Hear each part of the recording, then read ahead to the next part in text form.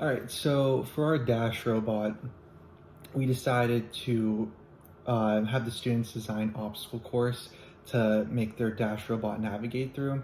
So this will be really good with like their problem solving and their coding skills, but it will also show them how to overcome obstacles. So when the bot goes through the obstacle course, it shows how they can design it to go through.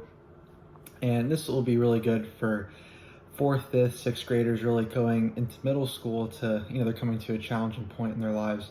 So this will be really fun and helpful. They can do it on their own. They can do it as a group work, but overall it gets the students really engaged in the Dash robot.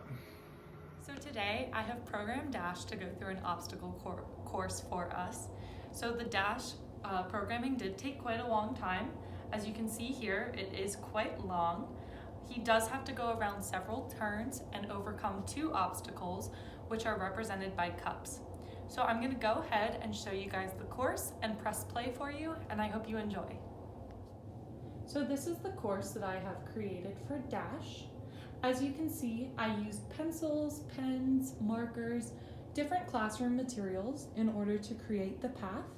And then, of course, as I said before, the cups are the obstacles for Dash.